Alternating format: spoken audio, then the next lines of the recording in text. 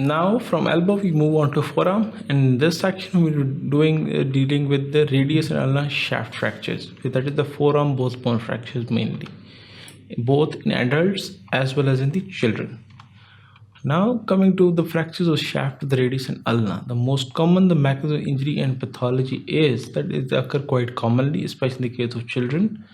Additional rotational deformity may be produced because sometimes the fall is such that this is not only resulting in a fall on the outside hand, but also there is rotating forces which are acting on the forearm as well. A twisting force would produce a spiral fracture.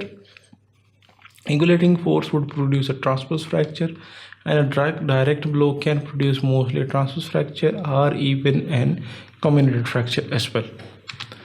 Coming to the mechanism of injury and pathology, there is usually bleeding and swelling of the muscle compartment causing circulatory impairment may lead to compartment syndrome. Sometimes when, especially in the case of children, as if myofascial compartment is small, and when there is actually both bone forearm fractures, this may lead to massive swelling and there are at a risk of development of compartment syndrome. Injuries are usually intra-articular fractures has to be reviewed as well. If they are either in the distal third of the radius or the proximal third, then we have to look at the intra-articular involvement of the radius and ulna as well. Malalignment is likely to affect forearm rotation, especially the skeletally mature. But the good part is that usually forearm rotates, tolerates up to 30 to 45 degree of angulation and rotation. So there is a quite a lot of window available for when we are fixing this conservatively. Even some degree of malrotation and the alignment can be tolerated. Now coming to the clinical features, the most important is actually the pain, and then second is the deformity of the forearm. Pulse must be felt, and usually once the compartment syndrome may be there as well, this may lead to diminished pulses or delayed capillary refill. Hand examination for circulatory neural deficit is mandatory because there are nerves which may be going through this, and there may be involvement in anterior atrocious nerve or posterior atrocious nerve, or this could be problematic for the later on patients. Repeated examination is necessary, especially if the swelling is present. You have to be on the lookout for whether the patient is developing compartment syndrome or not. And pain out of proportion in injury is a cardinal sign for development of compartment syndrome. So if we are getting both forearm bone fractures, there is swelling, there's pain out of proportion, and especially pain on the passive movement, you must be thinking of the compartment syndrome at that time. Coming to the X-rays, we have to get an AP and lateral view of both radius and ulna, along with the elbow as well as the wrist joint, as the rule is that you always get the AP and lateral view and one joint above and one joint below. Usually will show both forearms are broken. Muscles must be included, as I told you, the elbow and the wrist because of the rule, to identify the separation of proximal and distal radial joint as well, because there is different entity that we need to assess whether there is intra-articular involvement or not as well.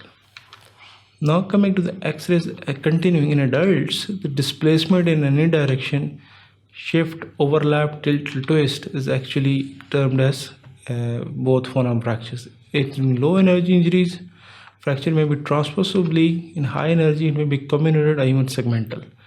Although in adults, usually we are not really worried about the geometry and angulation and rotation of the segments, because most of the time we have to go for fixation.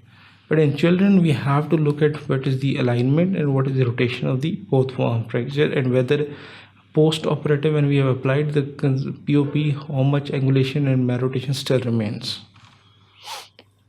Treatment in children is slightly different. It's always the close treatment which is usually successful, and a well-molded full-length cast that starts from the metacarpophalangeal joint up till above the elbow. Cast is applied and fracture is proximal to the pronator teres. The forearm is supinated. With distal to it, we keep the forearm in the neutral position.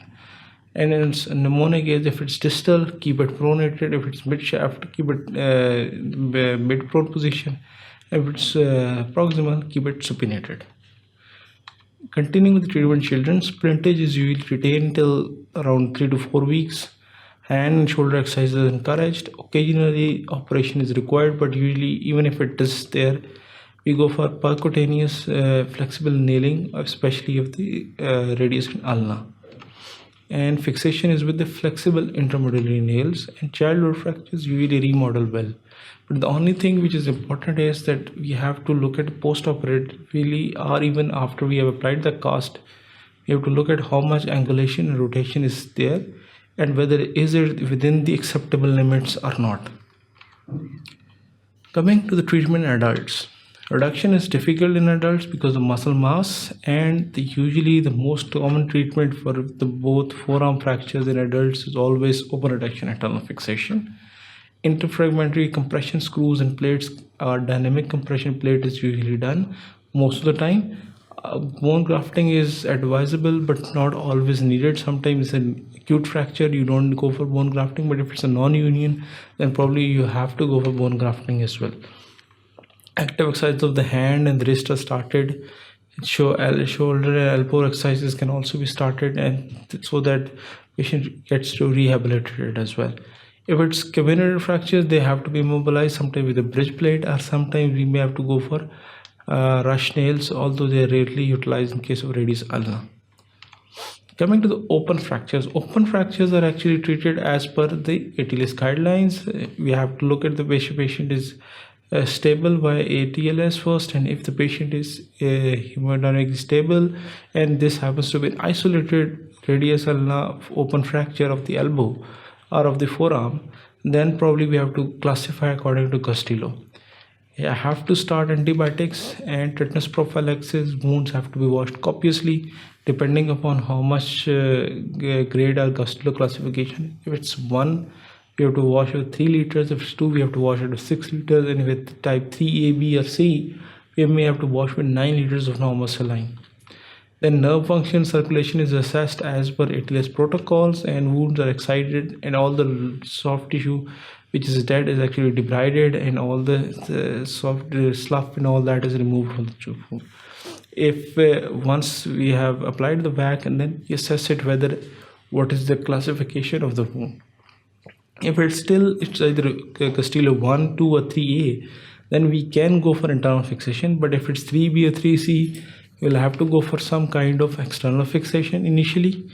Later on, we may have to go for internal fixation.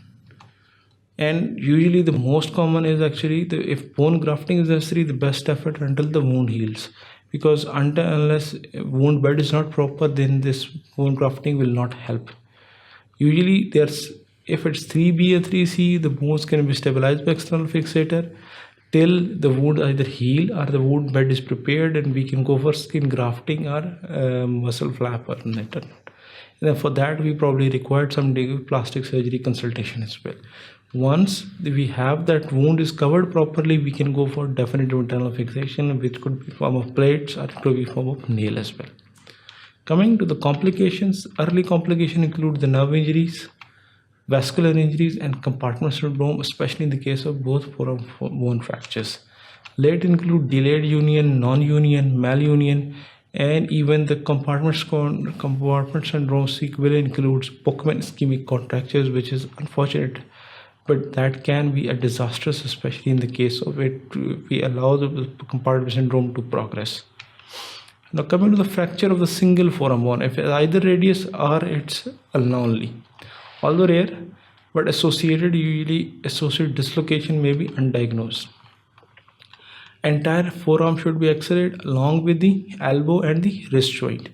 And if only ulna is there or only radius is there, this increase likely to go on non-union because one bone is stable and will not allow the other bone to retract into position.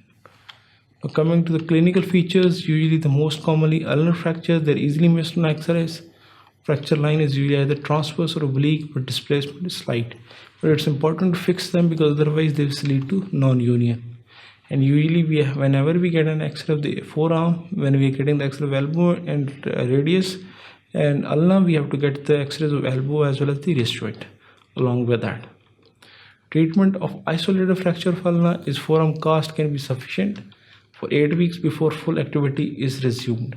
The angular rotation and malalignment has to be checked, and usually conservative measures will affect the forearm rotation. So if we don't want to go for malreduction and malalignment, then probably the most important is rigid internal fixation, to allow earlier activity before 8 weeks, and that reduces the risk of displacement in non-union as well.